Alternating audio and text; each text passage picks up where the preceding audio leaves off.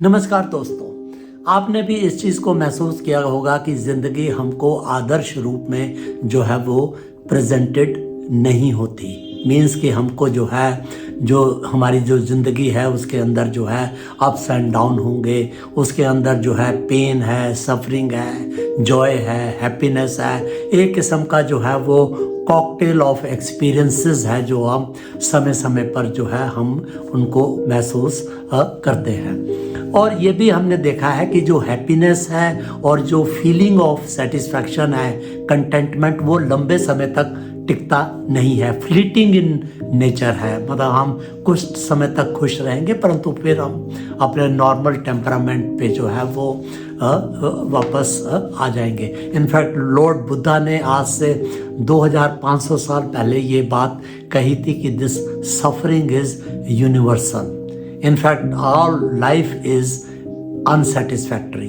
इसी को अनसेटिस्फैक्ट्रीनेस जो है वो कहते हैं। तो जो हमारी ज़िंदगी है वो सफरिंग के अराउंड जो है वो इवॉल्व करती है। और इसीलिए बहुत सही कहा गया है कि यदि हम सफरिंग को जितना कम करते रहेंगे उतना जो है हम ज़्यादा खुश ज़िंदगी के अंदर जो है वो हो सकते हैं। और इसी सफरिंग की वजह से जो है हम emotional pain, physical pain, mental stress, anxiety, frustration, depression, loneliness, boredom, anger, हम समय समय पर जो है वो महसूस इसको हम करते रहते हैं। और दो यदि फंडामेंटल लेवल पे देखें तो दो चीज़ें बड़ी महत्वपूर्ण हैं। एक तो हम चीज़ों से अटैच रहते हैं, हम अपने आप से अटैच रहेंगे, दूसरों के साथ अटैच रहेंगे, अपने थॉट्स के साथ, मटेरियल चीज़ों के साथ हम बहुत ज़्यादा अटैचमेंट रहते हैं। और वो जब ज़िंदगी से जब चीज़ें हमारी छूटती हैं वो चीज़ें, तब फिर हम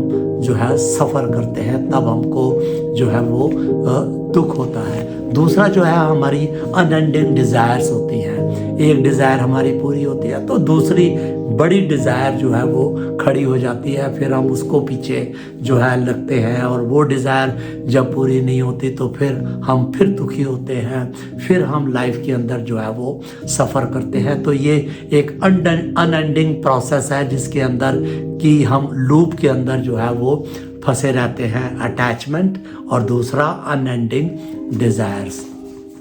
तो जो हम ये कह रहे थे कि यदि हम अपने जीवन के जो कष्ट को मिनिमाइज कर दे तो हम अपनी ज़िंदगी को और बेहतर कर सकते हैं और हम जो है ज़िंदगी के अंदर जो है वो खुशी ला सकते हैं। तो यदि हम इसको इंटरप्रेट करें अब इनको, तो हम 4 चीज़ों को जो है विशेष रूप से हमको ध्यान देना चाहिए। सबसे पहले एक्सेप्टेंस, कि हमको चीज़ों को एक्सेप्ट करते रहना चाहिए जैसे जैसे चीज़ें हमको जो है ज़िंदगी के अंदर आती हैं। और हमें जो है बहुत ज़्यादा रिएक्ट जो है वो नहीं करना चाहिए। तो पावर ऑफ एक्सेप्टेंस होनी चाहिए, नंबर 1।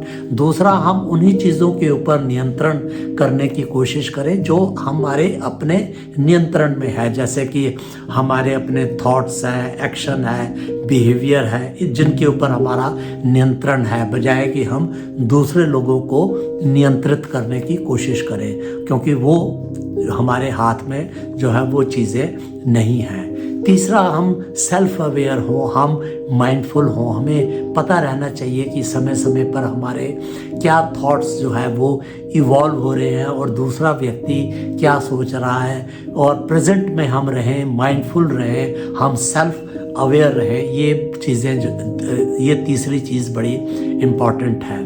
और चौथा जो है, हम अपनी लाइफ को डिसिप्लिन रूप से जो है वो जिए। और देखा होगा कि हम इसीलिए जो है वो जो है हार्मफुल फूड लेते हैं, हम एक्सरसाइज नहीं करते, ठीक है, हार्मफुल चीज़ों का हम सेवन करते हैं, क्योंकि हम इंस्टेंट जो है वो प्लेजर और कंफर्ट की तरफ भागते हैं, ना कि हम लॉन्ग टर्म कंसिक्वेंसेस उनकी देखते हैं। तो यदि हम इस तरीके से अपने जीवन को डिसिप्लिन कर लें और ध्यान रखें तो हम सफरिंग को मिनिमाइज कर सकते हैं। और जैसे जैसे सफरिंग को आप ज़िंदगी से जो है मिनिमाइज करेंगे, दूर करेंगे, उसी हिसाब से आपकी खुशी जो है वो बढ़ती रहेगी। इसलिए ये बहुत सही कहा है कि to live well learn to suffer well. जितनी अच्छी तरीके से हम सफरिंग को जो है टॉलरेट करेंगे, मिनिमाइज करेंगे, उतना ज़िंदगी में हम अच्छा जी सकते हैं। धन्यवाद।